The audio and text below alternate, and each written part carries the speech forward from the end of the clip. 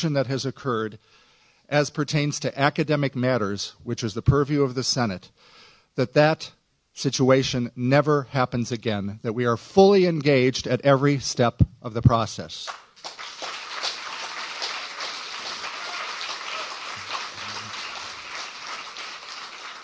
And I know that that's the will of our interim president, and I trust the board and our chair, Chuck Lillis, as well.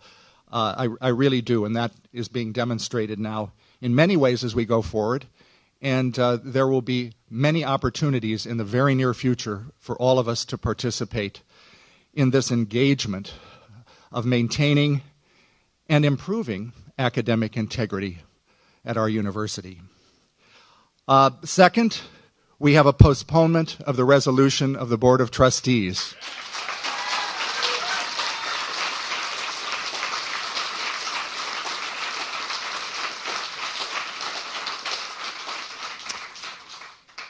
And we truly owe a debt of gratitude to our interim president, Scott Coltrane, for stepping up as we requested at the emergency Senate executive meeting, which many of you attended, and exercising his role as president of the faculty, which is a crucial aspect of his responsibility to the university and to us, not only as faculty, but to all of the constituencies through the faculty.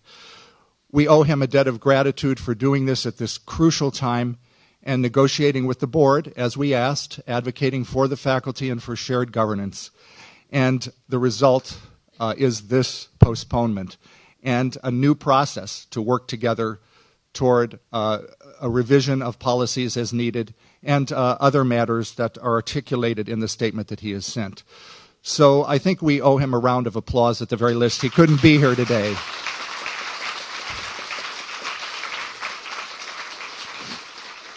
And he sends his regrets. He, of course, is involved in the Board of Trustees committee meetings today and then the 2 days of meetings. And I know many of you will be attending to those meetings. I heartily ask you to engage in those meetings over the next 2 days. I would like now to read Interim President Coltrane's statement. I think we all need to look at this and to really see, based on his view, how we will go forward. This is, in a way, at least a first step at making a compact between the Senate, the faculty, all of our constituencies, and the central administration to go forward on these important matters of shared governance. So let's just take a moment to reflect. It's an important time in our history. Scott has written, "Colleagues, the University of Oregon lived up to its reputation as a place of lively debate and passionate discourse this week in our discussion of a policies proposal before the UO Board of Trustees. I have heard your concerns and, as president, have carried your voice forward to our Board of Trustees.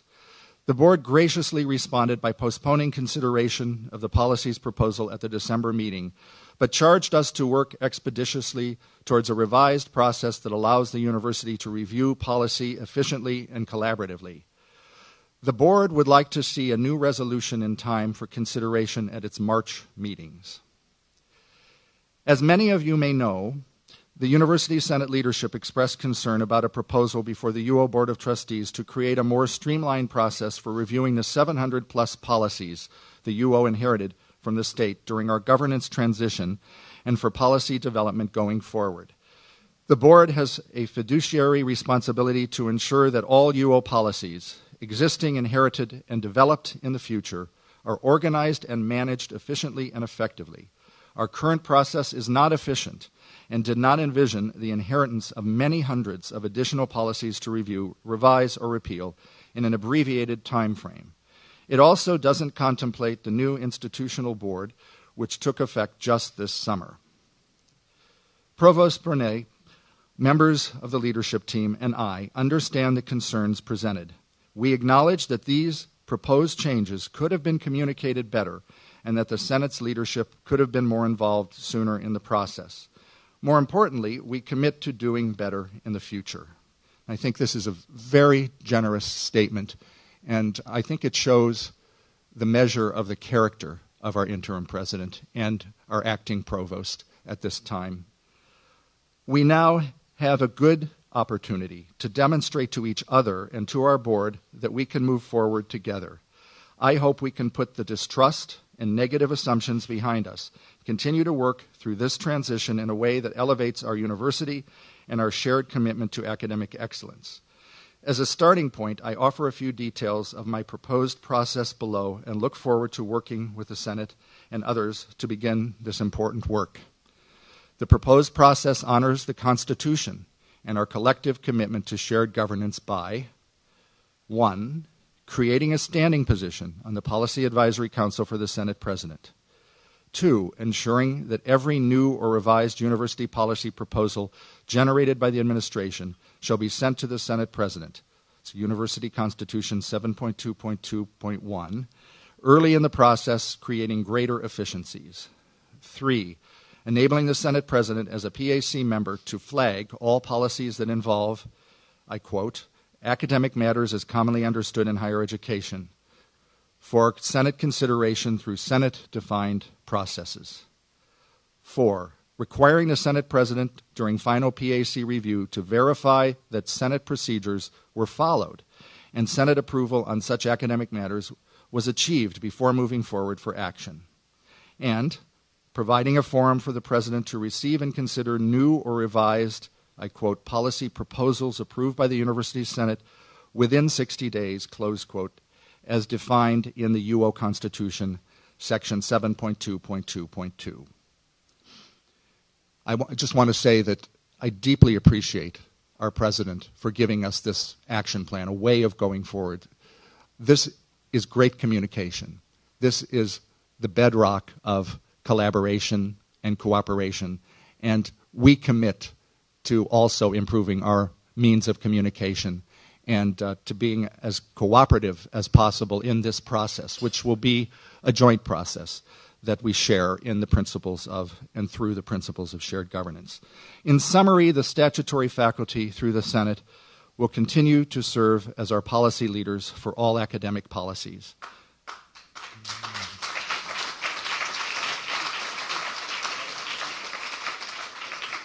My sincerest hope is that these changes strengthen our faculty's voice in policymaking by increasing opportunity for faculty to influence policy development, both academic and non-academic, through participation in the PAC as subject matter experts and in an open public comment period.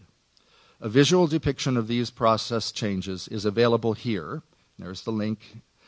And at least the senators I know have received this letter. We will also make sure that the entire campus gets it. And I'm happy to receive any questions or concerns. And of course, we will have many opportunities now going forward to engage with the President in this process, and we look forward to that very much. So again, I would like to express deep gratitude to the President for stepping up, exercising his authority as president of the faculty and advocating for the faculty and for shared governance. This is indeed a momentous day for us, knowing that the faculty and the entire university is held in the highest regard by our administration, that high regard being expressed through an affirmation of shared governance. This means so much to us. And now we will have the opportunity to also express through the will of the Senate, our view and our reaching out to the administration and the board through a motion that has been written by Michael Dreiling and the Senate Executive Committee. So without further ado, I would like to proceed to new business and the consideration of that motion. If we could put that motion on the screen. Michael Dreiling, would you give that motion to the Senate?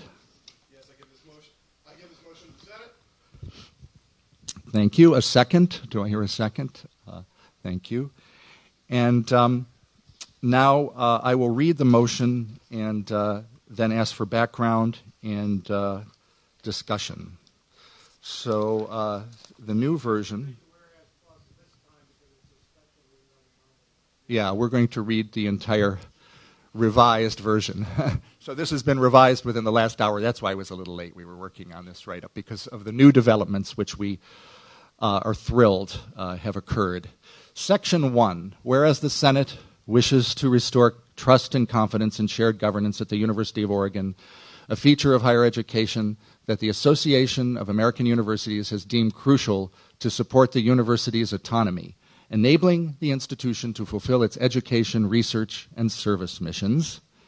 1.2, whereas on December 7th, 2011, the statutory faculty voted unanimously to approve the University of Oregon Constitution, once again affirming the customary practice of shared governance as legally grounded in the University of Oregon Charter and subsequent amendments to it, now contained in Oregon Revised Statutes 352.146, reaffirmed in Oregon Laws 2013, Chapter 768, 18.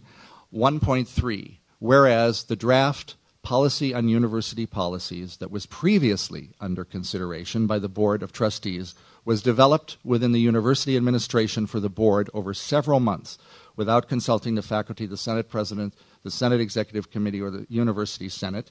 1.4, whereas the draft Board of Trustees Policy on University Policies would have had the effect of superseding existing policies, including the University Constitution and the currently operating university policies 01.00.01 and 01.00.02, Section 2, 2.1.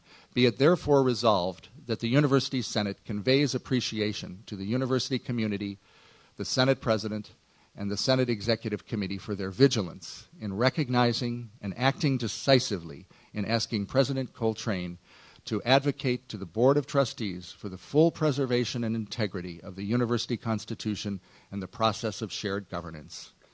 2.2, and be it further resolved that the University Senate commends President Coltrane for his decision to present the concerns of the university community, the Senate President, and the Senate Executive Committee to the Board of Trustees to postpone a vote on the Policy on University Policies and to fully engage in a process of consultation with the University Senate in the fashion legitimated by Section 7 of the University of Oregon Constitution and as outlined in the current Policy on Policies. 2.3, and be it further resolved that the University Senate commits to collaborating with the University President and the Board of Trustees to fully participate in an orderly and efficient review and reworking as necessary of all policies related to the academic mission of the university. 2.4, and be it further resolved that the University Senate once again wholeheartedly reaffirms the University Charter, the University of Oregon Constitution, and the Policy on Policies 01.00.01 and 01.00.02, subject to any revision of the Policy on Policies through a collaborative process that honors shared governance. Sponsor Michael Dreiling, Sociology, Senator, and the Senate Executive Committee. I want to thank Michael Dreiling and the Senate Executive Committee for all of their very hard work on this with a very short timeline.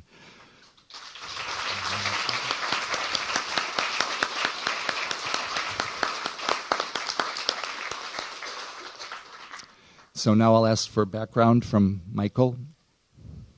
Okay, thank you, everyone. Thank you for attending today. The background on this began last Friday. I think news came to the attention of the university community of a board resolution that would indeed supersede all policies existing and also repeal policies on policies as they exist in the current University of Oregon Policy Library. This had occurred, and those policy proposals, as well as that resolution to the board, was developed without consultation of the University Senate, the Senate President, or the faculty. That alarm struck a chord and mobilized the faculty and Senate Executive Committee to collaborate immediately and quickly to analyze the implications of the policy and begin to issue a call to action about the urgency of postponing the proposed policy, as well as to begin a process of collaboration as called for by existing policies and existing positions defined in the section on policies in the University of Oregon Constitution, Section 7. That alarm was important to ring right now, and I don't want to miss that point. It occurred, and there is a time to celebrate, and there is a time to mourn. And honestly, we've got to remember. We've got to remember, and this is in here on this record now as something to remember, as a motion to remember, as a historical record of the University Senate. Because we cannot mourn it if we don't remember it, and we can't heal it if we don't mourn it. And so I think it's very important that we proceed with this motion, and we know now, in light of the common recognition of the values around shared governance and the need to move forward, that there has indeed been a decision by President Coltrane to consult with the Board of Trustees, and the Board of Trustees has graciously responded and withdrawn the proposal and called for the kind of consultation that is in the spirit of the original motion. And given that context, it called for a quick change, of course, in the voice of the motion as we had drafted originally. And it now has shifted to very much a moment of, yeah, we've got to also honor and celebrate this transition. So it's not about denying that there was something that raised some concern. It's about moving forward, recognizing, okay, there was something of concern. We'll remember this. And at the same time, we can celebrate this moment of collaboration that now stands before us, a movement where we were heard. We were heard. And so I introduced this motion in this way, and please, I open the floor. Open the floor for comment, questions, discussion. I'd like to make sure that first senators have a chance and then general public as well. So do I see a hand? Rich Marjoram. Yeah, thanks. I appreciate the work that went on drafting this resolution, and I really want to emphasize the 2.3 part of it, which I think it's important that we really be able to step up and respond to, because there are 700 policies there. Now, probably 600 are not relevant, but there's at least 100 that the administration has flagged that they think are directly relevant to the academic matters of the university. And there probably maybe others that they hadn't thought of that we think are important. Our batting average isn't great in this Senate for getting through information. John Bonang can attest to that in terms of the sexual harassment policies. So it does mean that, a lot of committee work. It does mean extra meetings, and it probably means there can be some things that are going to get bumped from the agenda to get through some of these policies. If I was on the Board of Trustees, I'd be nervous having this fiduciary responsibility and legal responsibility for having all these policies hanging around, a lot of them probably not in compliance and not up to date. So I really want to emphasize that I think this is well drafted. I think it's important to mark this occasion, but it also means there's an action here for the Senate that we need to work through this efficiently as well and make sure that we provide and support our end of the bargain. And just to clarify, we are well aware of that. I put twice as many meetings in each month as ever before. That was during the summer that decision was made, and I've added 2 and possibly 3 more meetings in the winter quarter, and if necessary, we'll do that in the spring. The Senate is ready to stand up, more than ready. We have 56 standing committees that put in, we've done the math, 15,800 hours a year of work. Now that doesn't sound to me like an inefficient group of people who aren't stepping up to the plate. I think we owe our committees and all of our colleagues for doing this work on an annual basis, 15,800 hours, a round of applause and acknowledgement.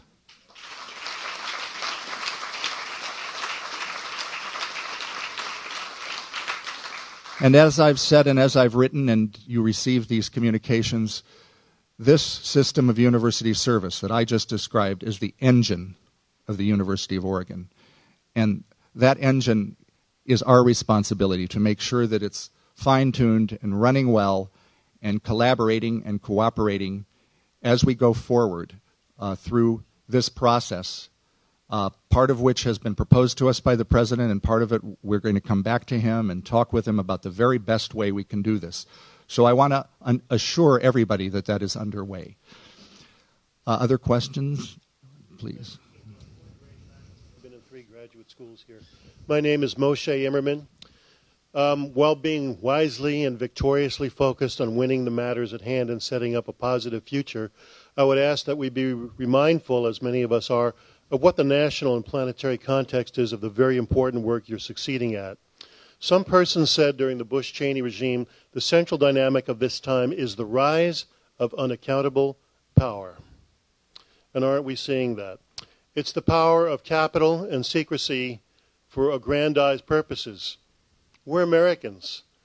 To me, to walk in the vision of the founding mothers and fathers means to keep freedom of thought, freedom of inquiry at the center of what we're doing. Freedom of speech is rooted in freedom of thought. I was at a recent meeting of the Board of Trustees. There's some good things. There's also a lot of elitism and shallow thought. Let's remember our deep past so we can remember our deep future and prevent the rise of accountable power and have maximum transparency so we can have maximum collaborative vision and wisdom together. Okay, thank you for your comment. And so what I would like to ask is that, and our speaker just did that, to keep comments to about 2 minutes or less, because I'm sure there are a lot of people who want to speak. And we also have something else on the agenda, very important, the Academic Integrity Task Force, and an update on that, very, very important. Also, I'd like to ask everybody, could we have a day in which we actually see the best in each other? We know there are a lot of problems. But let's see the best in each other and work with that going forward. Will we disagree again? Oh, you bet we will. That's just human nature. Does anybody doubt that here? That's just human nature. That's part of the bargain of being a human being. And it is not only a bargain, but it's a great honor to be a human being. When you think of the freedoms that we have, the deep principles we share, the challenges we have in order to realize those, it's an honor that we're all here together to be doing this as one community. This should be basically a joyful process with moments of difficulty, as we've experienced along the way. But we really need to marshal the best part of ourselves in order to succeed at this, and in order to really co-create the university that we want, our university. So today, let's work from our best selves, and going forward as well, and through respectful dialogue always. I think we will achieve greater results that way. Please, other comments? John Bonine. Senators, I didn't see any other senator hand. Any other senators' hands? John Bonine. I wanted, first of all, to ask, because we do appreciate the collaborative work of the administration, would those who are here from Johnson Hall, the administration, mind standing up, please, so that we can thank you?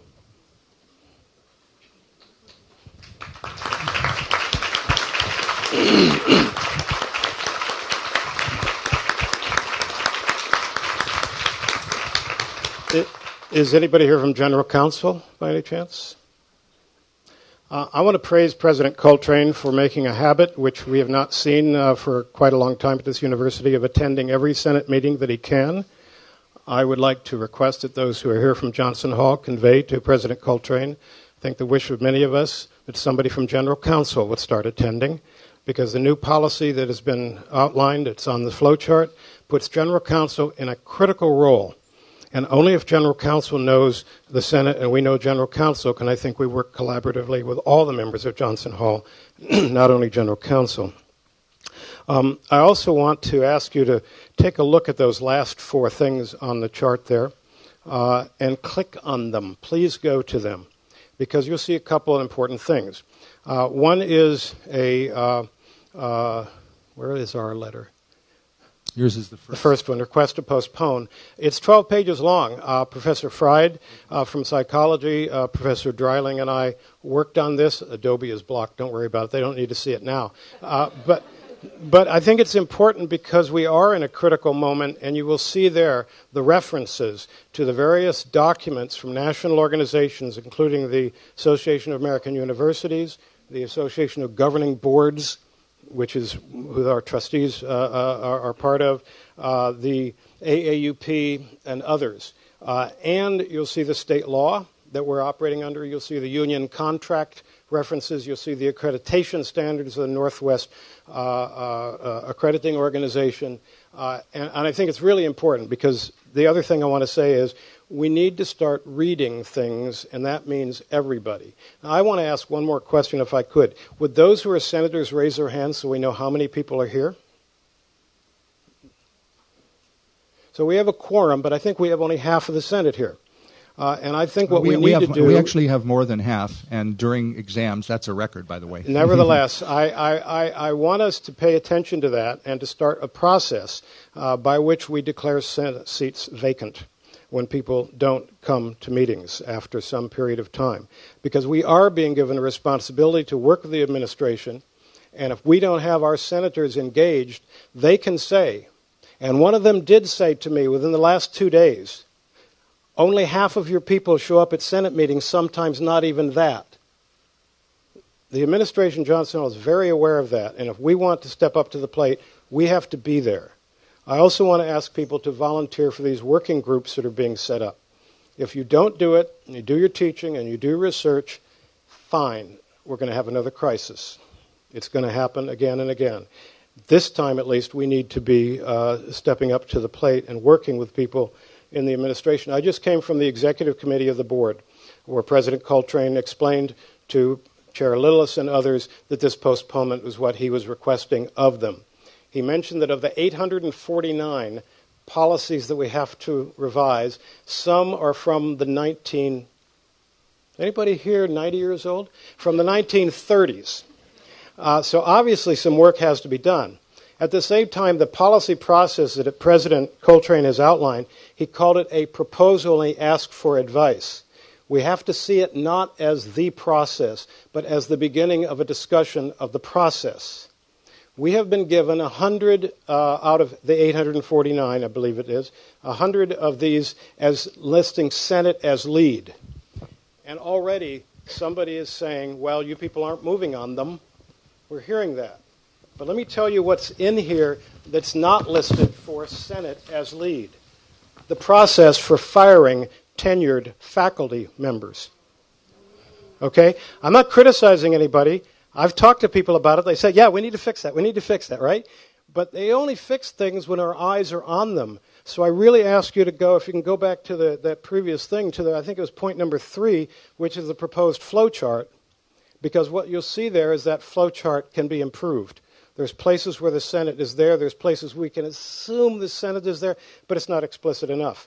And so I know that we're working together. I want to praise, in particular, Chuck Triplett for his work with us, a small group, Michael Dreiling, Professor Pratt from philosophy, and so forth, in moving this forward, but we're not there yet. And I think that if we you can't depend upon Dreiling to do all this stuff. He's so busy. You know, Fried, look what she's doing during the campus climate survey.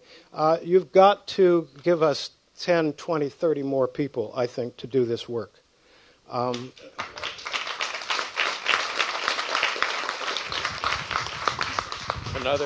Can others participate besides senators? The president has the power to appoint. The president has the power to suggest different people on the working groups. They don't have to be senators. They can be professors of any stripe. Absolutely. Or not only professors, but others as well. I'm sorry for taking so long. I also wanted to say that the meeting of the executive committee on Monday night was very important, but don't believe everything you read in the papers. Don't believe the photographs in the papers. The women and men who participated were more than those who were quoted. And I would like to ask those who did participate and ask questions, would you please stand up, women and men who did so?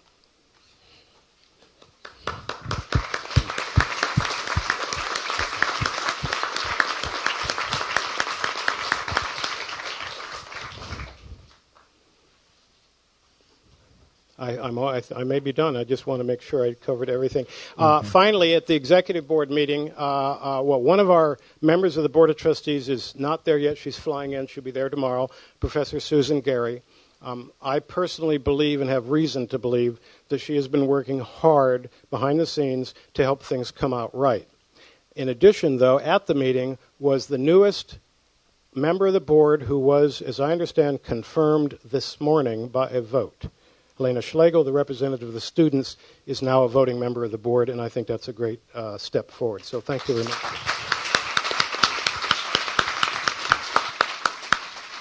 And just to remind you, Helena Schlegel was a senator last year in our university senate, and her service was exemplary, and we know it will be on the board as well. Thank you so much. I let John speak a little more because I want to thank him, and I think we all owe him a debt of gratitude for two things.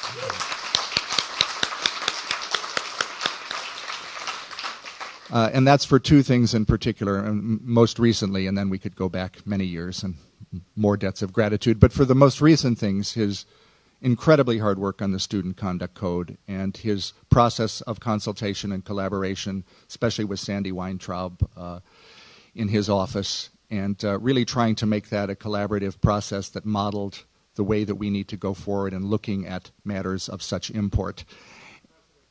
And I also want to recognize with equal fervor Caroline Farrell, who worked with John.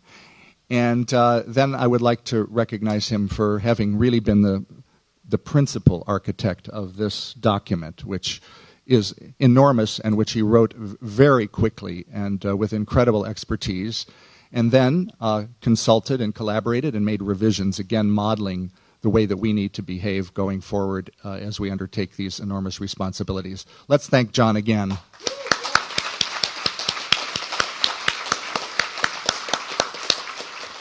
So the take-home point from this is that you're all going to be called and asked to pitch in at various points. We need you more than ever, and this won't work unless people are willing to really give of themselves in this process. Other questions and concerns and comments? Jennifer Ellis.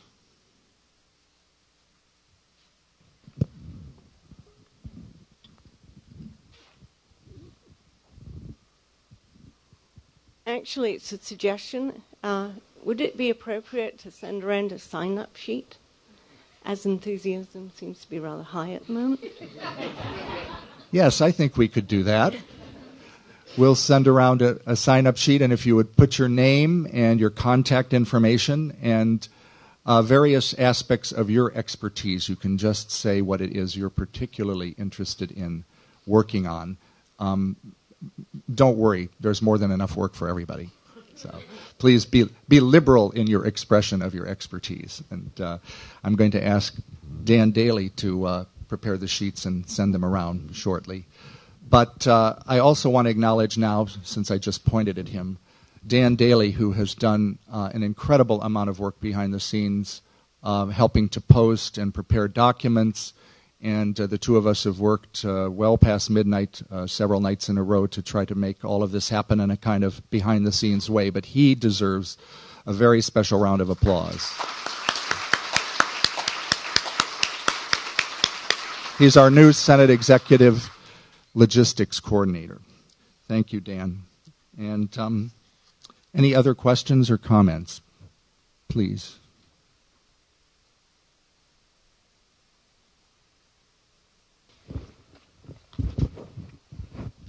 Hello, I'm Bonnie Mann. I'm the chair in the Department of Philosophy, and wow.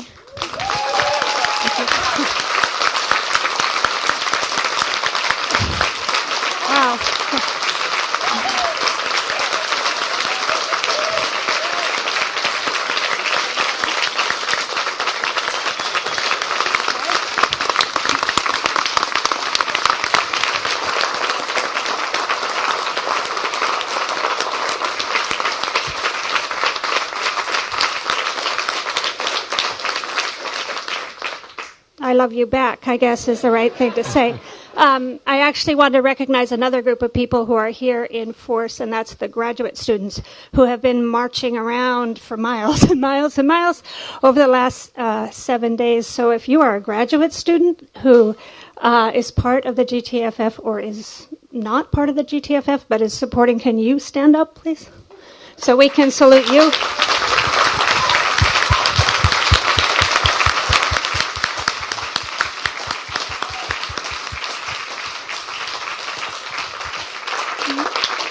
I just want to recognize that you all have shown extraordinary leadership over the last more than week. You have been inspiring to those of us on the faculty, and I hope that when we go through our contract negotiations, we are as brave as you have been in this process. So I just want to acknowledge that, and also to acknowledge that all this happy duck talk might be a little bit hard to take right now. For the graduate students in the room, it's a little hard to take for me. I understand that there's an important process here, which there's been movement, and there's been important movement, and we want to acknowledge that. But I want to also remember that we just went through something where the administration marched ahead with a grading plan and a grading policy, and they did not stop when the faculty senate spoke. They continued with that grading plan up until today. And so as we are trying to restore these relationships, which we have to do and which I am totally behind, I want us to remember that something really egregious happened, and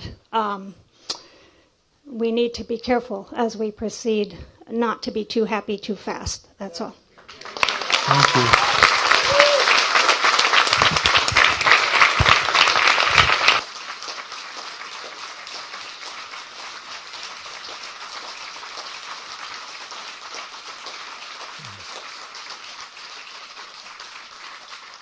Thank you for your comments. And just so everybody knows, under new business, we have 4.2, which is the update on the Academic Integrity Task Force, and we are going to talk about plans related to that topic. We would not forget that, and thank you so much for bringing it up during this part of the discussion. So now I'd like us to just remain focused on the motion. We really need to be talking about the motion and then call a vote so we can move on. And there will be more chance for discussion on these important academic matters in a moment, but we need to finish and close the debate and vote on the motion. Other comments about the motion itself? Jennifer Fried. This is a comment about the motion and implications it might have for us going forward.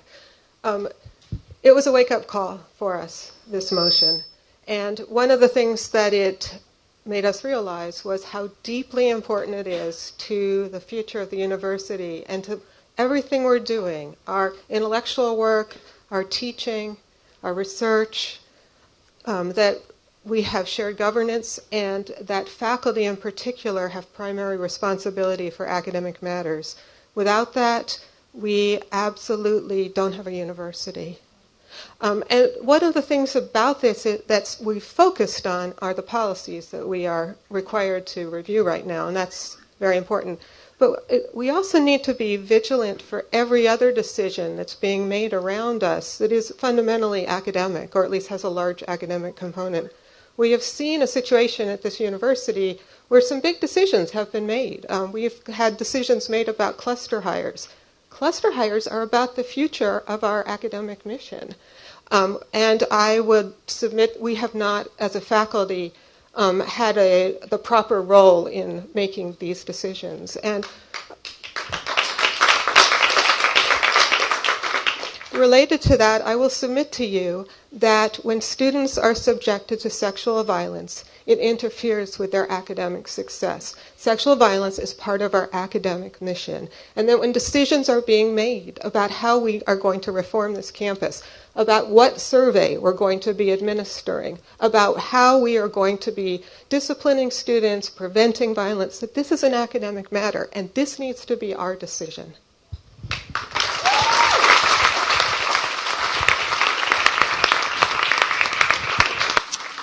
Thank you. Michael Dreiling. Yes, and thank you for all of the, just so much, Bonnie. That was just right to the core. I was feeling that too.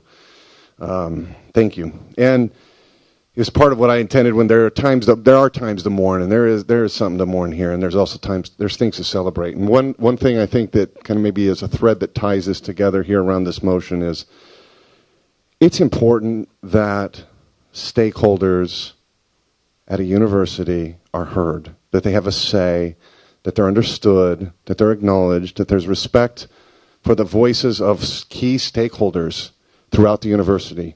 The GTF demonstrated that. Our GTFs demonstrated not only that in terms of their the organization of their union and the decision making to move forward and advance a benefit through collective action, a right that is exercised here at the University of Oregon, one that's protected in our Constitution in the United States. And that they also demonstrated that in the contract negotiations, along with the University of Oregon. I want to acknowledge that the university administration, as well as the GTFF, came together on agreement, and the GTFs fought for this, for a voice over a benefit that will now be extended not just to GTFs, but to all graduate students. That's a victory. Yes, there's something to mourn about the struggle and the pain that came as a result of this, but there's a victory there that acknowledges being heard, that stakeholders need to be heard, and that we can move forward as a community when we get that acknowledgement and get a chance to be heard. And I'm looking forward to the way that your contract in the GTFF gets operationalized and put into practice so that your voice counts on this new benefit that you negotiated. And I'm looking forward to this reaffirmation of shared governance through what we've just proceeded through in this small but important struggle. And it's that opportunity to be heard that we protect, that all stakeholders have a say, have a right to be heard, that makes a university great. It's what's going to pull us together, allow us to be that one university that you talked about, Rob. And so that's the thing to remember, that we got to get those pieces in play to be heard. And when we get heard, then we work together. Thank you. Thanks. Thank you so much. Ron Bramhall? Yes.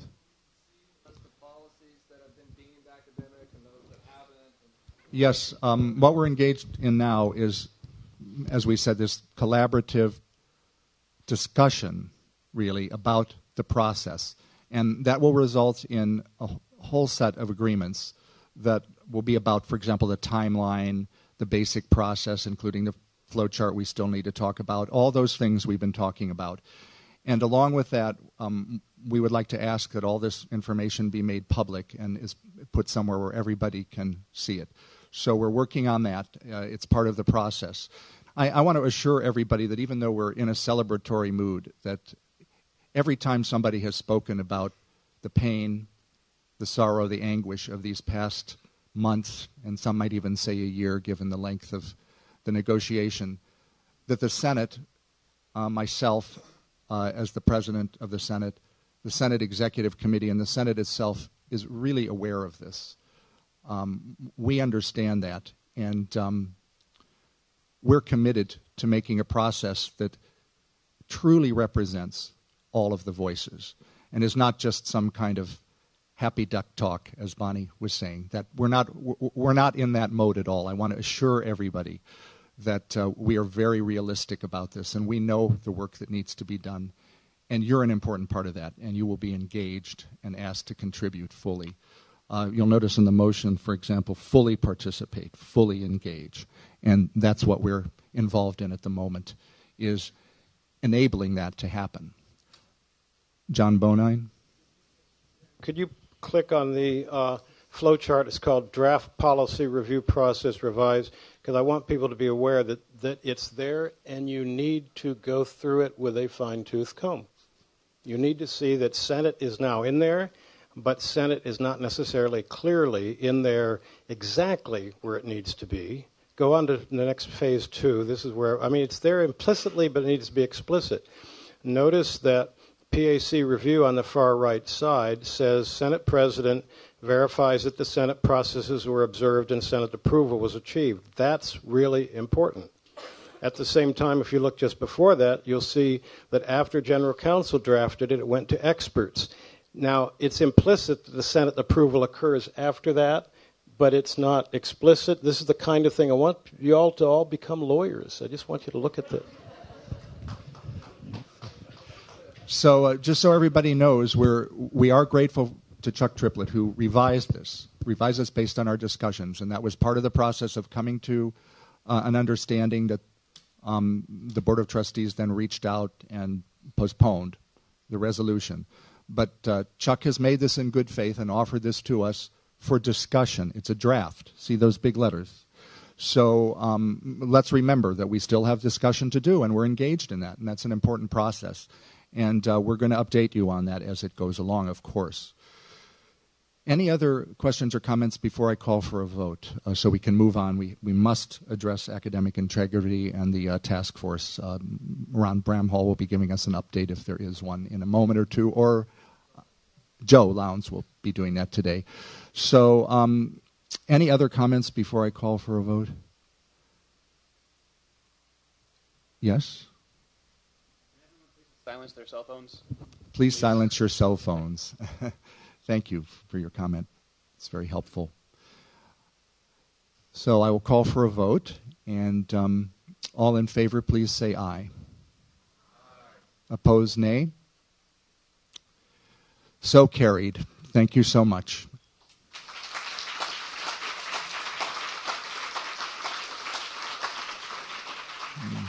And tomorrow I will be making a standing report, which has been restored to the agenda of the board. Will occur now at every meeting, a standing report of the Senate President, and also there will be a standing report of the ASUO President.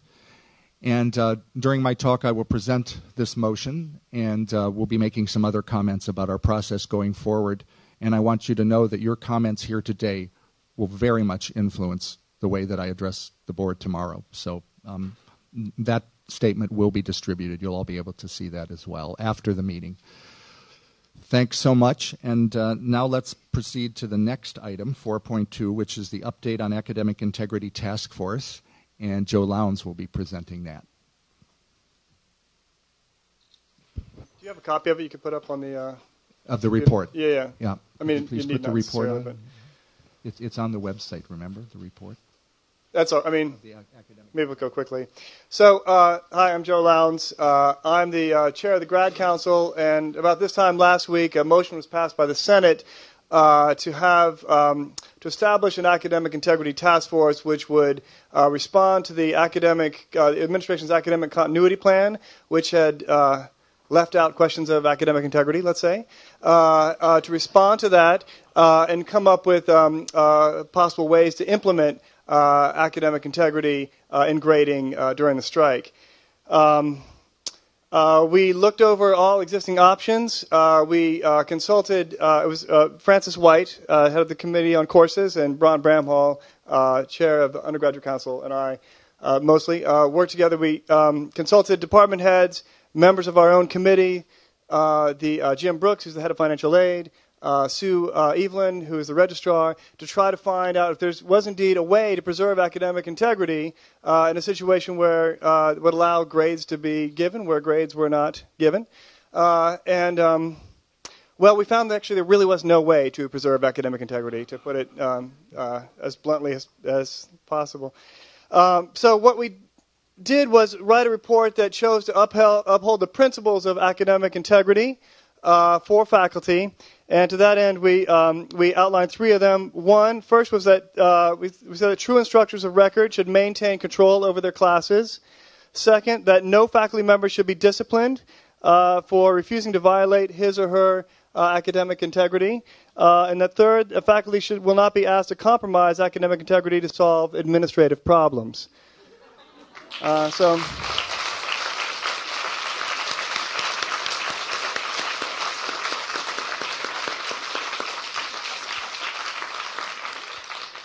So none of that answered the question of what faculty should do, still, in any case. So what we thought the best thing to do was to lay out the options to preserve and defend instructor choice of what they want to do, to lay out the options as we saw them, and lay out what we saw as the consequences of any of these courses of action.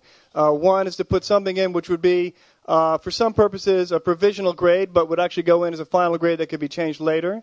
One was to have instructors choose to have a final grade based on work done thus far or some other criteria. And the third was the non-submission of grades.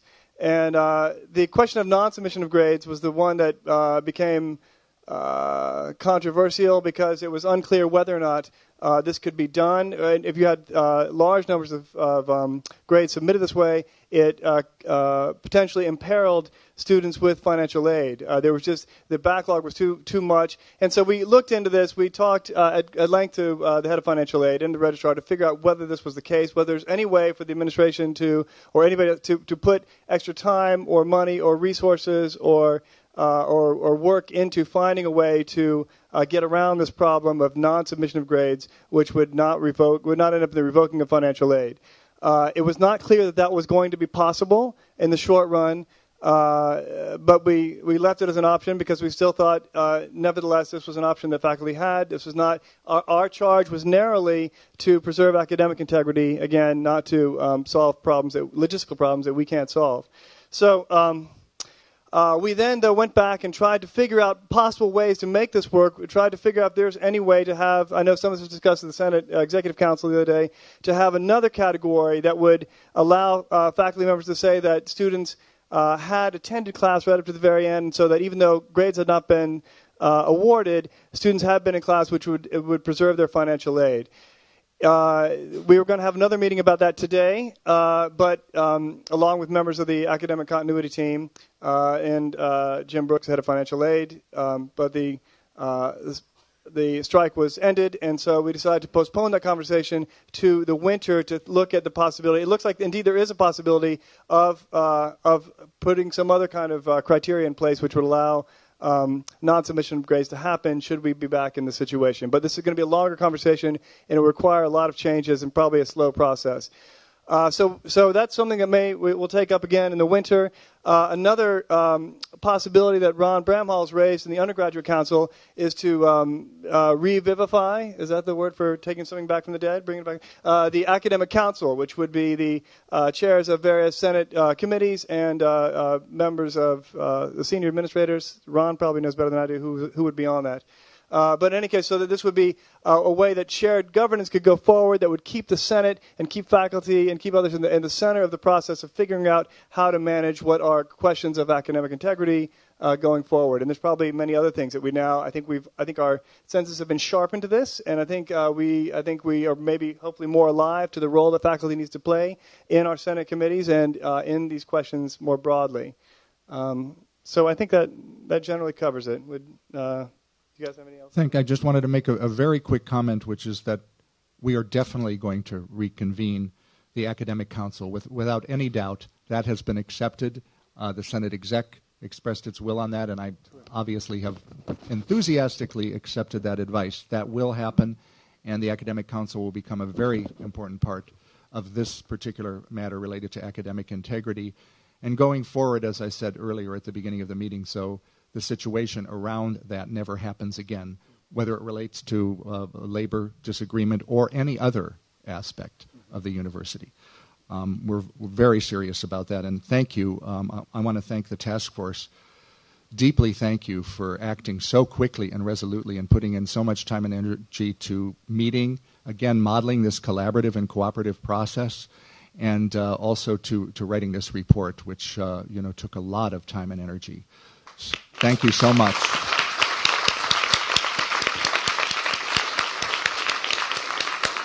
And just to acknowledge all three, Ron Bramhall, Joe Lowndes, and Francis White.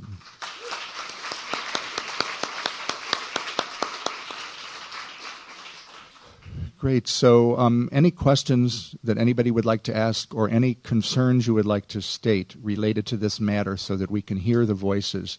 Again, let's focus ourselves on going forward with action and positive action. How can we achieve our goals? That would be very helpful at this point. Jennifer.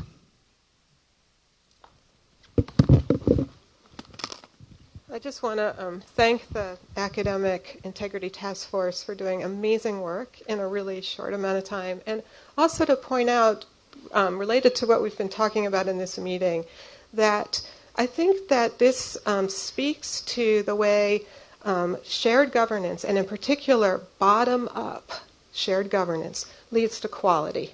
And that if we have a top-down system, we really constrain ourselves. It's not just about having people's voices not heard. It's actually about the end product. It's actually about what we do, because we are the creators of knowledge and education. And when you have bottom up, look at this group of people. Look at the talent in this room. We have specific expertise. We have great legal minds and economists and behavioral scientists and thinkers of all sorts. But we also have a room full and a campus full of extremely smart people whose business is education. So when we want to solve a problem like what to do about grading in a crisis, then we take a bottom-up approach, which is at the heart of a great university. We do not use a corporate, military, top-down, authoritarian approach because it squelches creativity and great ideas.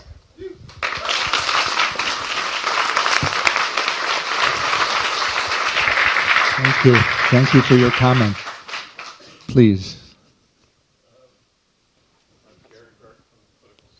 Oh, please, yes, please. I'm Jerry Burke from Political Science and a member of the United Academics Assembly. Is there a place for, as the Senate goes forward, to review future processes and policies around academic integrity? I don't want to dwell on the past, but it seems to me that there are a lot of other faculty outside of the Senate who I think who need voice at this point, or they need.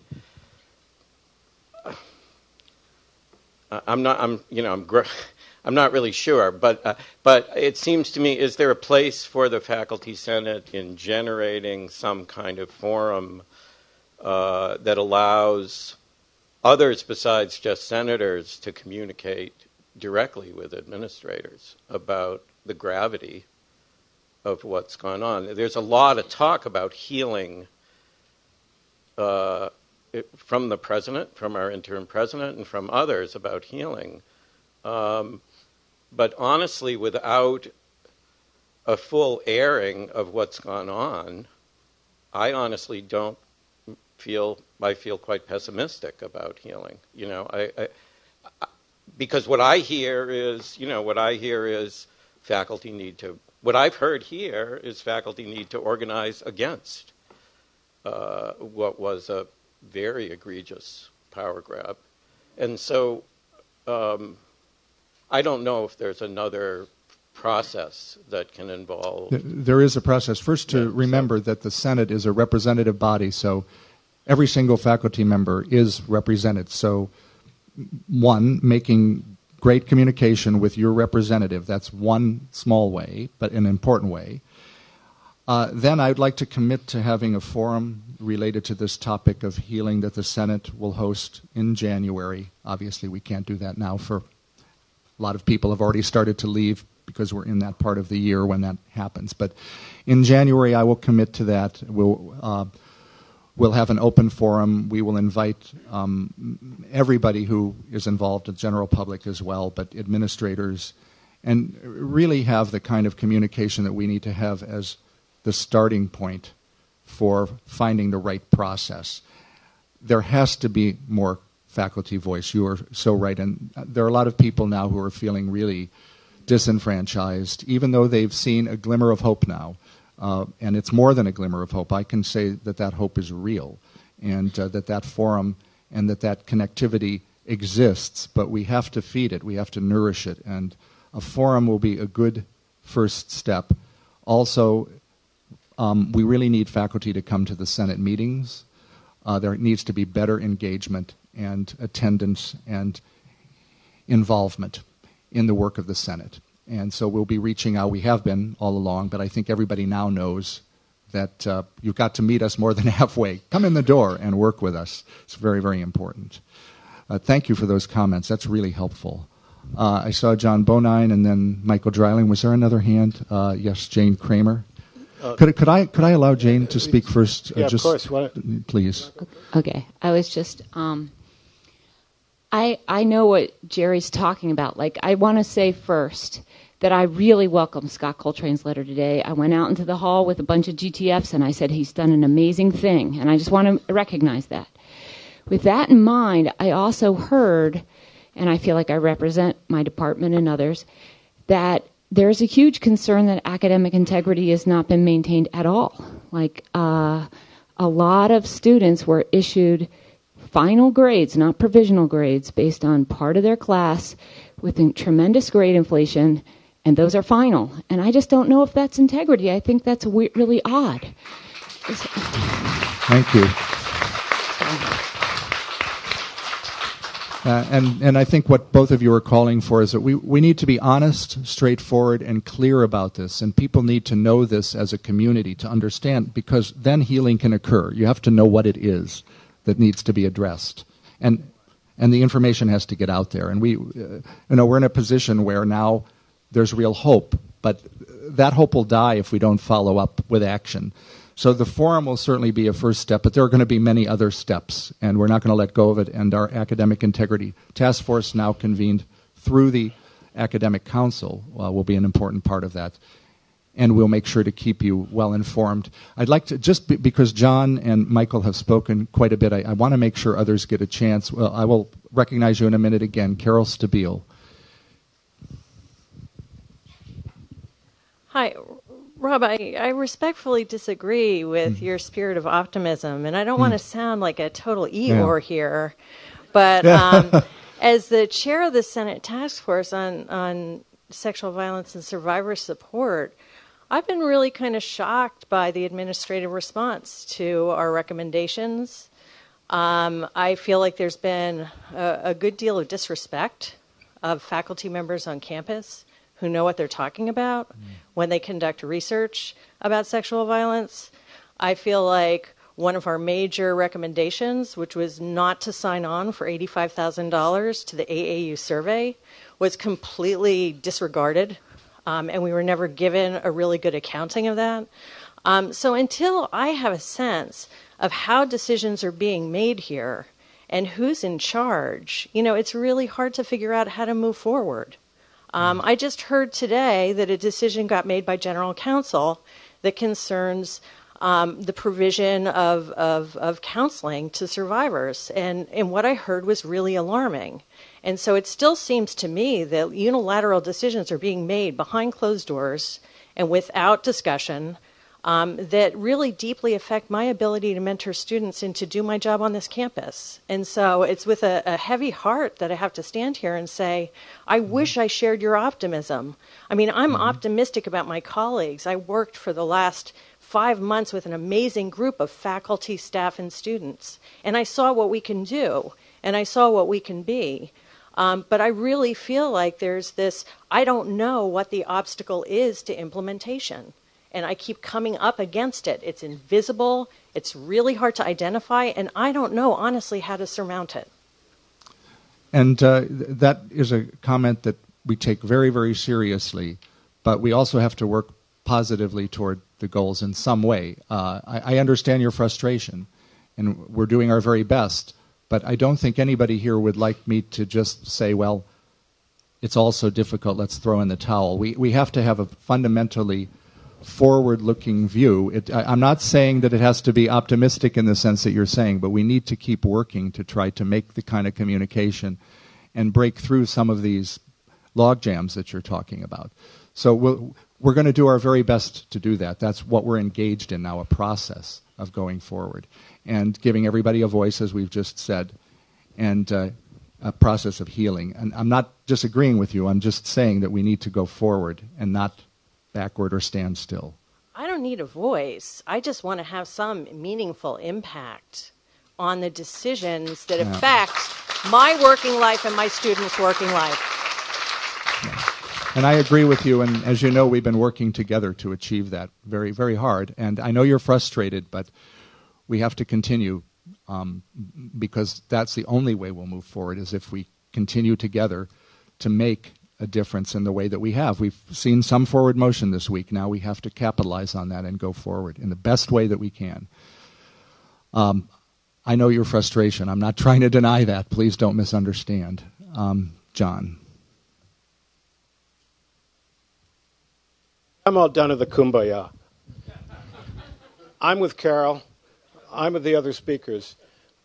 I agree with praising the administration that does the right thing, and I'm really pretty sad about what it has done. We talk about collaboration. We now have got them to talk about collaboration. We talk collaboration back. But they still set up a separate athletics review committee, not the Senate committee. They are setting up a policy, or whatever it's called, sexual assault task force, and not even that. They're not even respecting the task force. They're setting up a separate group to now decide what surveys will be done on this campus, and those surveys will affect our work, because if they don't move us toward more prevention of sexual assault, if they do the wrong things, if they ask the wrong questions, then that affects the education of the students. And so I'm quite irritated about that as well. We have expert researchers on this campus who have been demeaned by university administrators, and they have never apologized for that demeaning of them. And it doesn't matter how many times we ask, we never get anything better. And we're setting...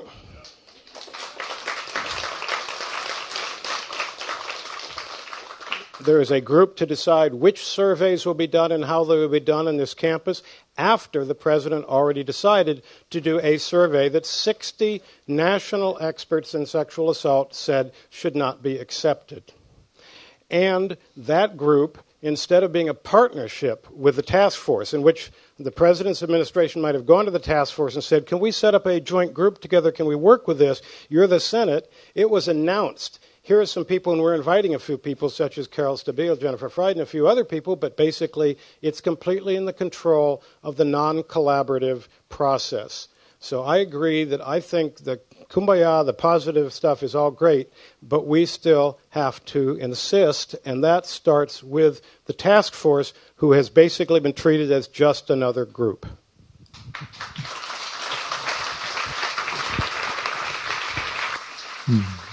Just to make it clear, we are insisting. We are not letting go of this. I appreciate the comments, but we are not letting go of this, just so everybody knows. Senator Koopman. And then, I believe Bonnie Mann, was that, did I see? I just want to speak in support of what Rob has been saying. I don't think Rob is expressing a kumbaya vision or an overly optimistic point of view. I think everybody in this room knows well that there are a number of really crucial, important problems on our campus right now, that there's a history of problems on our campus right now.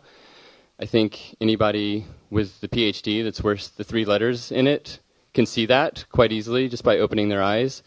I think that as academics, we're trained to be hypercritical. We're trained in a kind of pessimism of the intellect. And I think it's important to hear the kind of voice that Rob is offering in the context of the sort of subject position that we all come from, or that most of us in this room come from, at least that I come from as a faculty member. That's not to deny the problems. I don't hear Rob denying any problems whatsoever. I hear him asking a very pragmatic question. What do we do with our concern? What do we do with our outrage? What do we do with the kinds of criticisms that we have of current policies and of moves by the administration? All I hear Rob saying is, let's not get mired in a cynicism over that, because that's to lose the game. I just hear Rob expressing a note of hope, and I've heard that from many other members of the Senate this year. This is my first term on Senate. I've heard it from John on many occasions, so this is not a fundamental disagreement by any means, and I very much admire the work that you've done throughout the term and over the past few days. And from what I saw on Monday night at the meeting, it wasn't a matter of John and others on the Senate exec being against the administration. It was rather a matter of being vigilant, being concerned, having that active critical intellect at work, and putting it into motion in such a way as to actually collaborate with the administrators on this. And John, I think you won on this. I mean, I think we won insofar as the first step, we've gotten the board to delay the motion. And that was your goal, that was our goal. So I think that's important to hear, and I just want to invite us to hear some of Rob's remarks in that light. So thank you. Thank you. Thanks. And please know that as we go forward, you will be getting very direct and clear communications about how things are going at each step of the way. Because one of the things we've learned is that we have to improve our mode of communication and outreach. And we will be doing that, and it's not going to be sugar-coated. And I think the Senate exec can also tell you that in every way I held the line on every point and on several points that we haven't discussed publicly. And I will not budge in defense of this faculty or this university. You have my word on that. Hear, hear. I want to acknowledge that, hey, everybody, we did have a serious problem coming our way with that motion from on the Board of Trustees. It was serious. And anybody who's studied this matter knows it. And I think the first time I've seen the president, interim president, or any previous president for that matter, say, we could have done something better. That's the first time that has been said that I can recall. And that's because we were vigilant. We were on top of this. We moved swiftly. We were in the midst of the GTFF strike was underway. There was a crisis that had opened up and exposed some things. Rob stood up. Rob was very, very on top of this, I must say. And other members of the Senate Executive Committee and other faculty and United Academics. And there was a very concerted mobilization on the part of the faculty, on the part of allies around this issue within the Senate OAs and the OA Council who've been involved in the Senate Executive leadership as well as SEIU leadership. There was a broad constitution of opposition to this initiative. And that is because a bright, bold line needed to be set, and it had to be set firmly, clearly, that this would be a major mobilization if that motion went forward in the Board of Trustees tomorrow morning. Seriously. And if it had gone through, it would be difficult to undo. It was imperative that we stop it before it happened. And we got to commend those in the administration who saw that coming. And it is not, unfortunately, going to be the last time we have to be vigilant, active, and mobilized as faculty, students, staff on this campus. It's not, unfortunately. But that's why I started. Sometimes there's time to mourn. Sometimes there's times to celebrate. We got both of them right now on our table and on our plate, right in this room. And all of it, just powerful energy. And faculty are about to enter into contract negotiations in January. We are going to be peeling some issues apart at the table now in contract negotiations. We've got a great team of faculty ready to stand up and make sure that shared governance is protected, that transparency is advanced, that accountability in a lot of different ways, fairness and equity, these values of academic freedom, all of those move forward. SEIU, we're organized. And we've got to stay organized and vigilant in the Senate, in the student body, in our unions, and in other ways we organize and express ourselves. This is the bottom-up energy that Jennifer was expressing there, that will make this university better. We will bring our expertise, our passions, our love for what we do together and make this a better place. But, yeah, it's got a lot of tangled stuff in it together right now. I'm hearing it, and I appreciate everybody's voice. Thank you. Thanks. Bonnie Mann. So this is not, is that on? Okay. This is very narrowly about the academic integrity question. And I just want to know if people understand what happened. So in philosophy, which our department was kind of at the center of a lot of the tensions, because we had 7 solo-taught GTF courses, at some point very early on, before the strike even started, I was assigned as instructor of record to those courses along with Judith Baskin. And when that happened, shortly after, I was very clear with them that I was going to be taking what became option number 3 in the Academic Integrity Task Force statement, which I think was wonderfully well done and incredibly that gave me a lot of hope when that statement came out. What took the hope away was it seemed to have absolutely no effect. I met with the dean and with Judith Baskin, and the one thing that we agreed on is that we would tell all students, 226 students in those 7 classes, that they should complete any work that had been assigned up until that point. And we agreed that we would both tell them that, Judith Baskin and I. A day or two later, she sent an email out to students without talking to me or consulting with me, saying you don't have to complete your final assignments.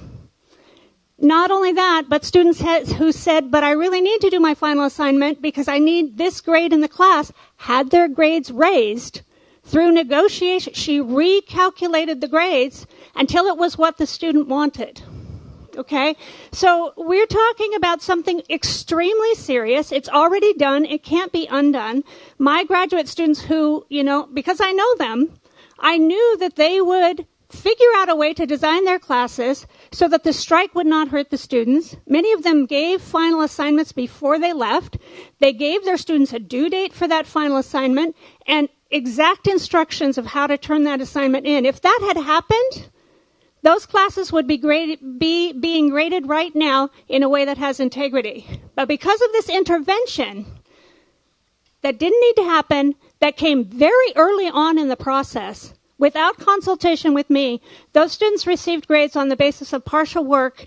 And if they didn't like the grade that they got, at least in some cases that I know of, they were renegotiated, recalculated until they did get the grade that they wanted. So this is an extremely egregious event that I hope that the task force will take up in retrospective, not only in terms of looking at what we need to do in the future, but also looking at what actually happened and how bad it was.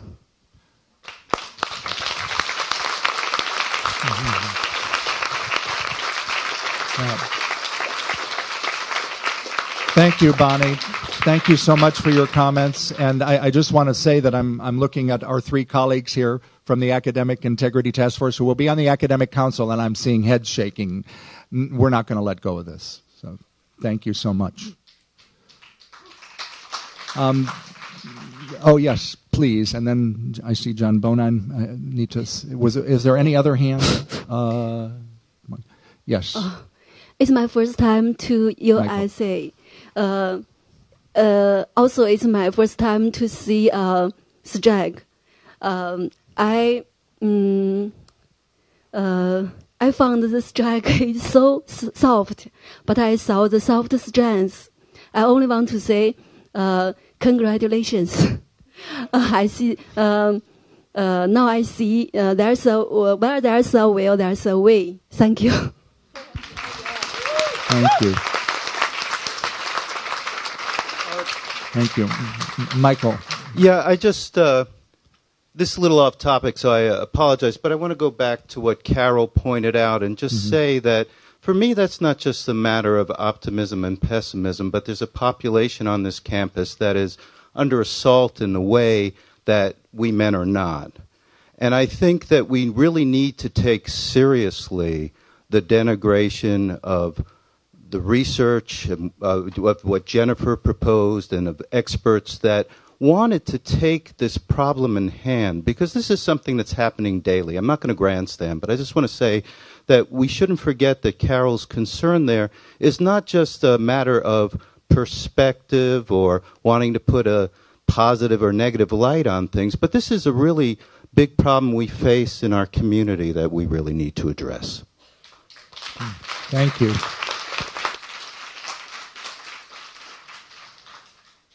Yes, John Bonine. I want to make a motion to suspend the rules for Jennifer Fry to present a motion to give a charge to the Academic Integrity Task Force to carry out exactly the kind of investigation that has been suggested. So I move to suspend the rules, which requires a 2/3 vote for that motion to go forward. Do I have a second for that? Discussion? John Davidson? What specific proposal are we suspending the rules for? I'm confused on that. The proposal will be made if we agree to suspend the rules. If you don't like it, then...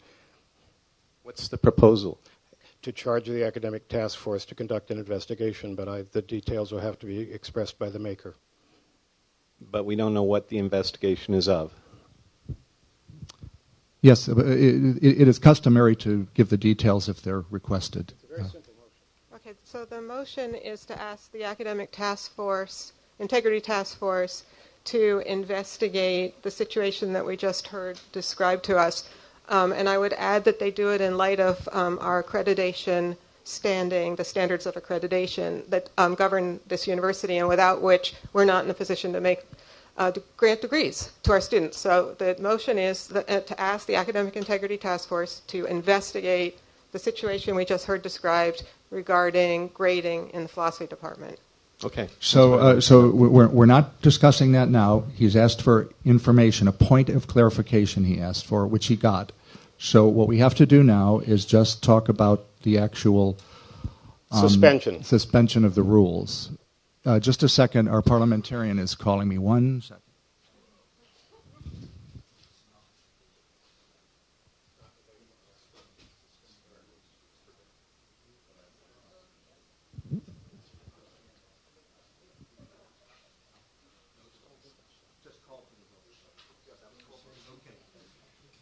He is informed me that it's not debatable, so we just call for the vote as to whether the body is willing to suspend the rules. So I call for the vote. Senators, and only senators may vote. Could you please hold up your tents? All in favor of suspending the rules, please raise your tents. All opposed, please raise. So carries. So now we've suspended the rules. And what we will need is a very clear statement of this motion so that we can put it up on the screen. So do you have that written out? No. Okay, so... I'll try. So the motion I'm proposing is that the Senate charge the Academic Integrity Task Force to conduct an investigation. So speak slowly and... Sorry. Academic you. Integrity Task Force to conduct an investigation of the grading irregularities? Alleged grading irregularities. They are.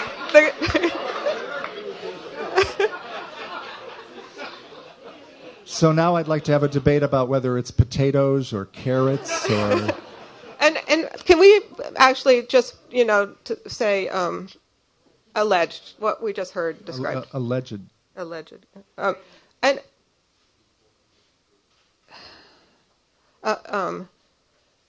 the philosophy department, and well, it's just to say, in the philosophy department, because we did hear about that, and any other cases that are brought forward. In winter and fall 2014? During fall 2014.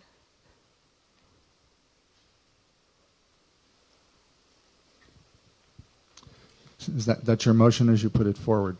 Yes? Don't you mean the during is after the cases rather than the brought forward? Yeah. Yeah, you'll have to tell him exactly what to do so he can hear. Yeah, you got it. Got it? Okay, so this is the motion. Do you give this motion to the Senate? I do. Second, please. And thank you. Deb Merskin was second. And now we open the floor. If you would like to give more background, you're welcome to do that. The maker of the motion has that right. The only thing I would just want to add and mention briefly is that the University of Oregon is accredited by an accrediting body, and this is an extremely important aspect of our ability to function as a university. And there are accreditation standards that have to do with academic integrity and grading. So I would just say that this is a very serious matter. Thank you for your comment. Now I open the floor for discussion, debate. Bruce Mageau, and then Senator Rajai. Hi, thanks. I don't know if this is a motion to amend or not, but I feel like we should ask for the Academic Integrity Task Force to provide a report to the Senate, perhaps with recommendations. It would be just a point of clarification. It would be fine to do that, but they will do that. They have to do that through their. Yeah, it has to happen through their charge. Thanks, Senator Rajai. Yeah, I guess this is a follow-up. I just wanted to see if it's going to be a report and maybe a set of suggestions to address those problems. I mean, what is the result of that investigation? Is it just a report of that investigation, or you want to have a list of possible solutions for the cases that they identify? That's a question for the maker of the motion. It's just... could I comment? It's too early to know. If everything was clean, there's no reason to ask for recommendations now. If things were not clean, then the Senate, or the task force, we figure out they ought to suggest we do something, or the senators will say, holy, whatever, we got to do something. Thank you. And Jerry Burke, Political Science. I'm concerned about the language of being brought forward, since it might be the case that people who were instructors of record in courses are in particularly vulnerable positions, and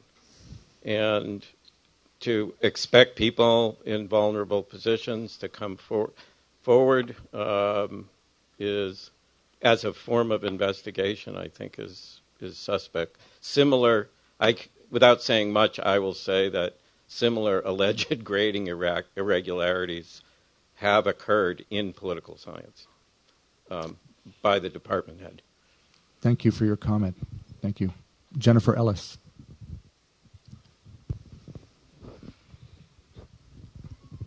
I agree with that, and I think if we were to change it to read in the philosophy and other departments, then we could get rid of the Are you suggesting an amendment? Yes, I'm suggesting please, an amendment. let's add that in red, please. And other departments during fall 2014. So and any other cases can go. Yeah, strike through and any other cases. And no, yes, thank you. And other Keep that are brought forward. Just strike through the that second redundant during fall. Is that what you were saying? We couldn't quite hear. During fall 2014, full stop, and strike through all the rest. We couldn't hear you. That's the problem. Please, Okay. if you speak right into the microphone, please. Thank you. And other departments during fall 2014, full stop, and the rest struck through. Means a period. Yeah. Oh, I'm sorry. I'm just speaking English. We like that. Full stop. Okay. So just to read it so everybody is on the same page, the Senate charges, it should be charges, the Academic Integrity Task Force to conduct an investigation of the alleged grading irregularities in the philosophy and other departments during fall 2014, period. Yes. Now we need a second, now that we have it, Jane Kramer, and now we will discuss the amendment, not the motion, but the amendment. Do I see any hands? Seeing none, I call for a vote. All in favor of the amendment, please say aye. Opposed, nay. So carries. Now we return to the discussion about the motion as amended. Do I see any hands? Seeing none, I call for a vote. Oh, I see a hand that got on just under the wire. Terry McQuilkin. Can non-senators suggest Yes, amendment? Further amendment? You may just have a one comment. word that I would like to suggest instead of the alleged grading, possibly reports of grading irregularities. So striking the word alleged with and replace that with reports. The reports so of an investigation of reports of. Exactly. Is that what you mean? So we're striking the alleged investigation of reports of grading. Yes. Okay. So now a second, please. We need a second, David Espinoza, and then a second for the motion. So David's given a second. Now we can open it for discussion on the amendment. Now discussion on the amendment.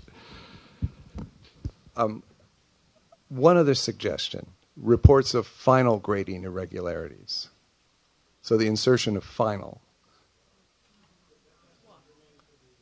It's not germane to this amendment. That would have to be a further one made. So we need to talk about this one, close it out, and if you want to make another one, you're very welcome to do that at that time. Senator Koopman. Small point, but I prefer alleged rather than reports of, because I think the spirit of the motion is perhaps that the task force investigate the irregularities, not just the reports of the irregularities, which might connote that the task force would investigate the reporters of the irregularities. And I think the focus is on the irregularities, which were actions by the administration, not by those who reported the irregularities. So I oppose the motion to change the motion. Any? You oppose the amendment. Any other comments or questions?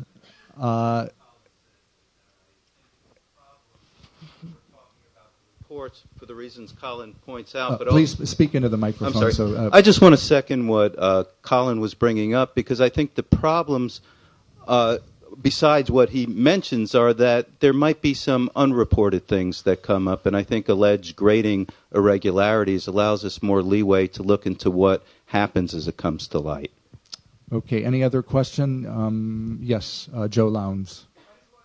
Please, we have to do this for the web streaming, so make sure that. Just to give it context, I'm not sure that I'm committed to this amendment, but should we say something about irregularities stemming from the academic continuity plan, or some way in which there's a context here within which this happened? That would be another discussion, which you can have. You can call for that in a moment, but we have to do this amendment first. I'm no parliamentarian. We can't add yet, but you can add in a moment. So, yes, inquiry. Yes.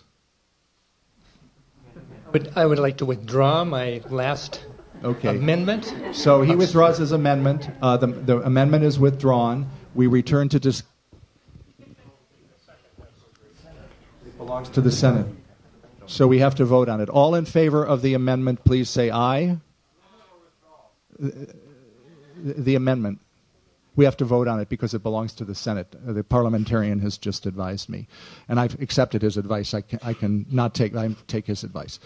So, all in favor of the amendment, please say aye. Opposed, nay.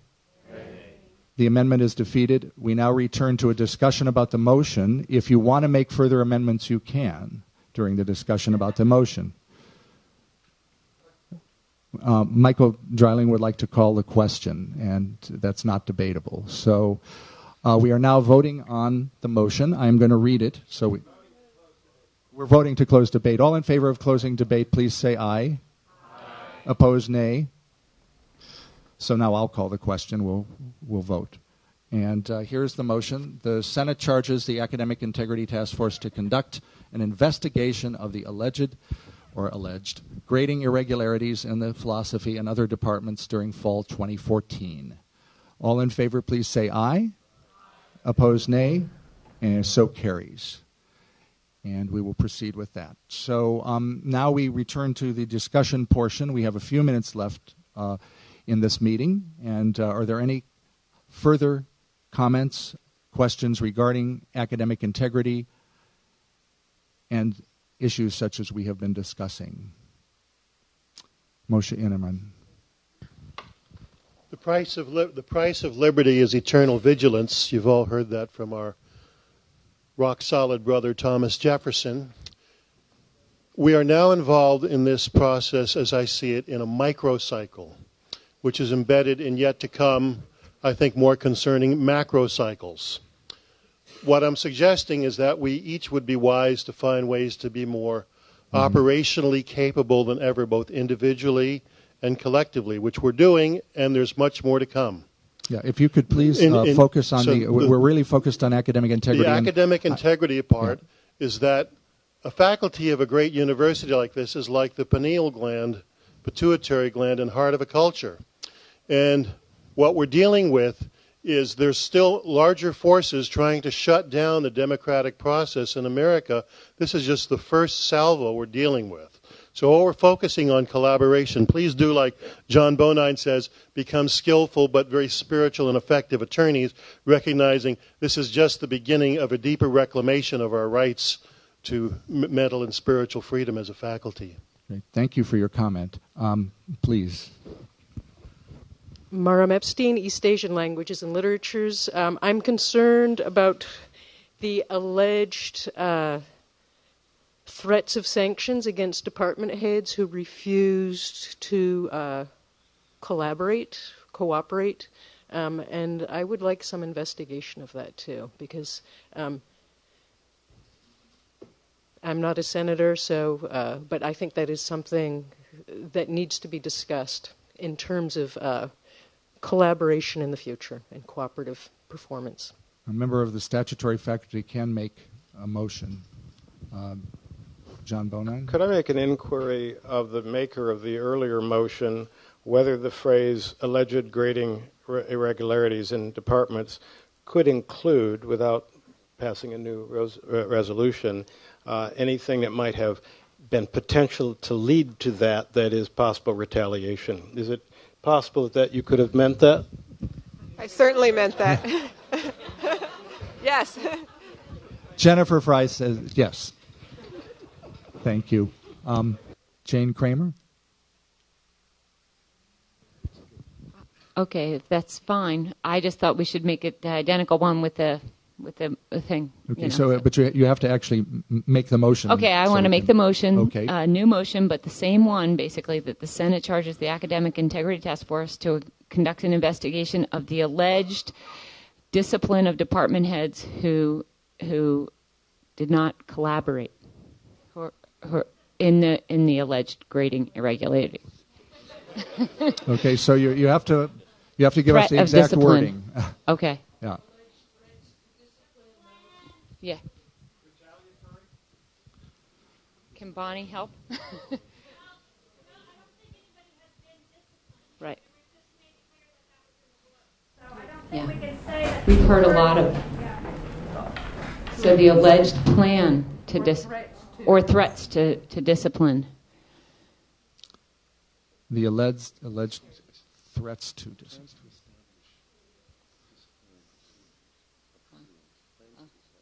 To discipline, what next? Okay. Alleged threats to discipline or establish disciplinary procedures of department heads. Disciplinary procedures. Yeah. So do you mean threats to discipline department heads? Yeah. Or establish disciplinary procedures? Is that the wording you want? I think Yes. department heads. So you want of department after heads. discipline, you have to put department heads, is what she's saying. After procedures. After procedures. Disciplinary procedures of department heads. Of department heads. Ooh.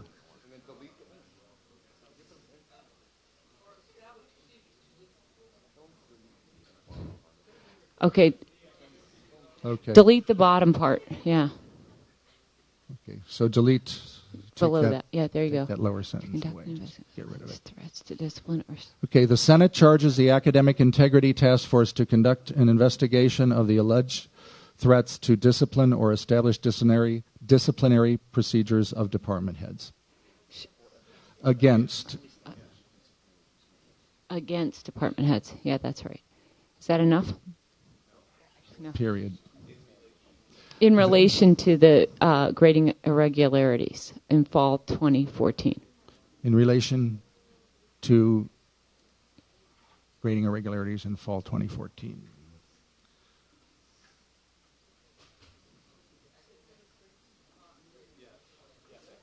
Is that okay? Sorry. In relation to the academic continuity plan in fall 2014. To the academic continuity plan of the administration in fall 2014.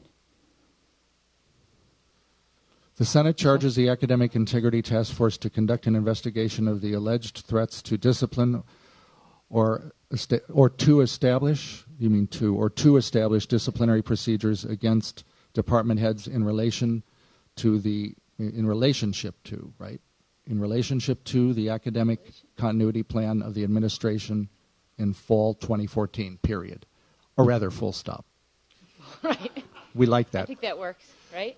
Is that good? So you have to, okay. Yes, Francis. I think what I need to do is ask for a clarification Okay. to this motion and the previous motion. and the original setup of the Academic Integrity Task Force was set up as the committees. That is Undergrad Council, Grad Council, and the Committee on Courses. Right. Those committees then delegated to their chairs, which is the three of us. My question is, do you mean the chairs, which have been functioning as the task force, or do you mean the full three committees? Does that make, is that a clarification? Because I've accepted your report and the Academic Council, it would end up being the Academic Council, in which the Academic Integrity Task Force is subsumed. Thank you. So that is clear then. Thank you. That would, in fact, have covered that, because I announced it before, so it was a formal announcement upon advice of the Senate exec. Okay, so now what we need to do, we need to deal with this. Are these comments about this in particular? Okay, so it has to be given to the Senate. Do you give this motion to the Senate? Can she take friendly amendments? Can she take friendly amendments before? It hasn't been seconded yet. It doesn't belong, so yes, we can have comments, please. Jennifer Ellis and then Bonnie Mann. It's again a wording suggestion. Disciplinary procedures against department heads who refuse to participate in the, then you could have the alleged grading, just who refuse to participate in the academic continuity plan. And no, it's who refuse to participate in the academic continuity plan. Right. It's already. Okay, just a sec. You don't need a lot of details for what happened. That will come out in the investigation. Why not just leave it broad?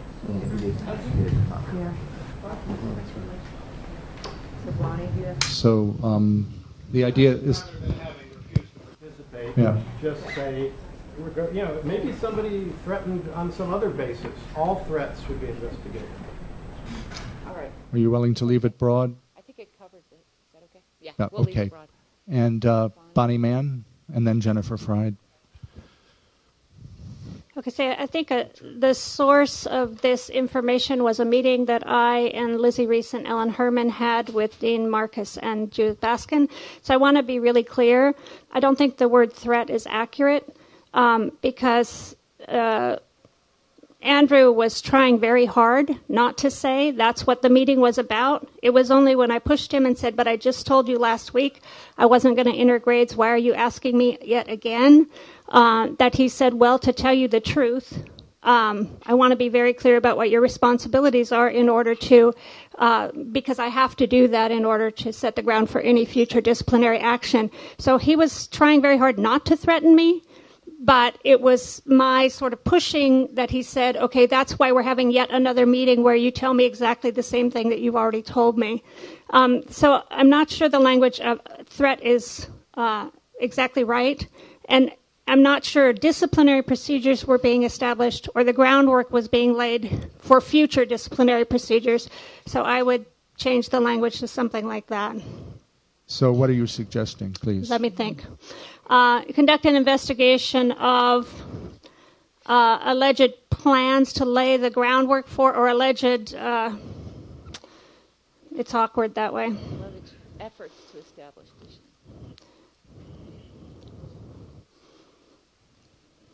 Alleged plans to establish disciplinary procedures? Or to lay the groundwork for disciplinary procedures. To establish the groundwork for disciplinary procedures, something like that. So I don't want to be inflammatory because he actually didn't call me in to threaten me. He called me in to remind me of my duties so that later, and he let me know that the lawyers were looking at what their options were in terms of discipline. That was the other thing that was said in the meeting. Lizzie Reese was included in this as well because she also signed the letter refusing to enter grades. What? Did you have to? So the alleged plans to establish the groundwork for disciplinary procedures against department heads, is that the wording? That's more accurate to what happened, I would say. Yeah. In relationship to the... yes? That's accurate, given your experience? That accurately describes for me what happened in that meeting. Thank you. Jennifer Fried.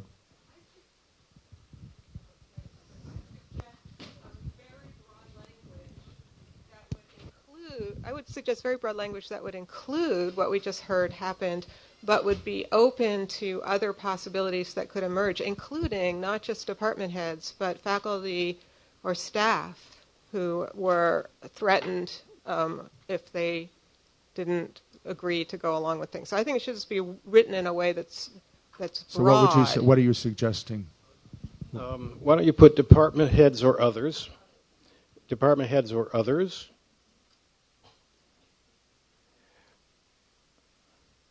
And perhaps you want to make it broader than establish a ground for disciplinary procedures. To do that, or otherwise, I wanted to put retaliate, but I don't know. Or just establish a ground for disciplinary procedures, or otherwise move against. To me, that would be simple. I don't know. Or otherwise move against, take actions against. I'm just struggling, but okay, I'm going to read the whole thing. Michael Dreiling, however, being the wordsmith. Just so everybody can hear, the Senate charges the Academic Integrity Task Force to conduct an investigation of the alleged plans to establish the groundwork for disciplinary procedures or otherwise move against department heads or others in relationship to the academic continuity plan of the administration in fall 2014.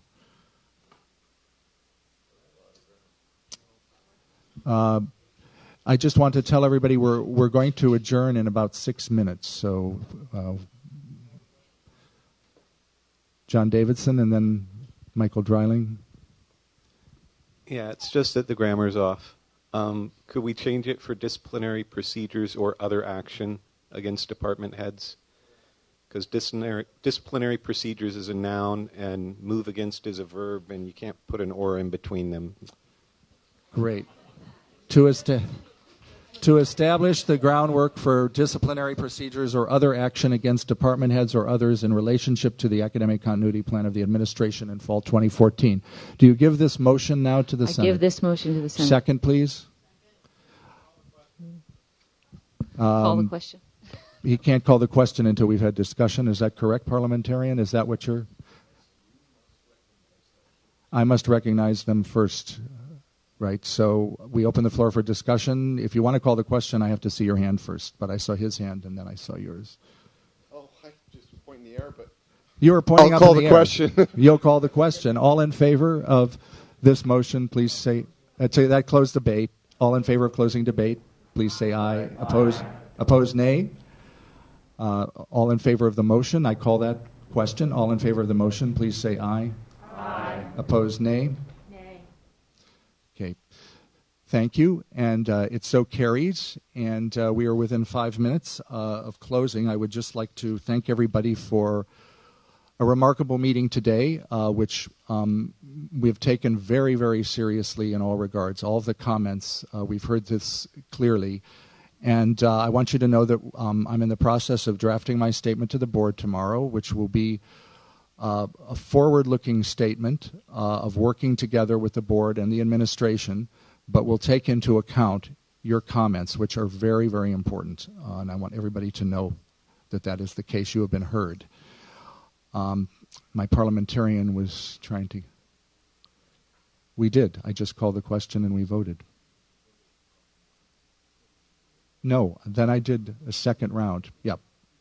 We did. Trust me. Thank you. Now, I recognize Rob, since I'm Gordon Sayre, Senator Humanities, Rob, you just mentioned you are drafting remarks to deliver to the board in the public comment portion tomorrow morning. I also submitted a request to be included in that public comment, and perhaps other senators or others here did as well. I see Ron's hand. So I believe we need to coordinate our remarks in light of the fast-changing political landscape here. So I propose that we meet briefly after the meeting to do so. Yeah. How many people here submitted the request to make public comment? Just raise your hand if you could, please. If you would all please meet up here, and I'll be included in that as well, since I'm also making comments right up here on the stage afterwards. And I would like to ask for a motion to adjourn. Motions? Second? Okay. All in favor, please say aye. Aye. Opposed, nay. Thank you so much, and look forward to working with you going forward.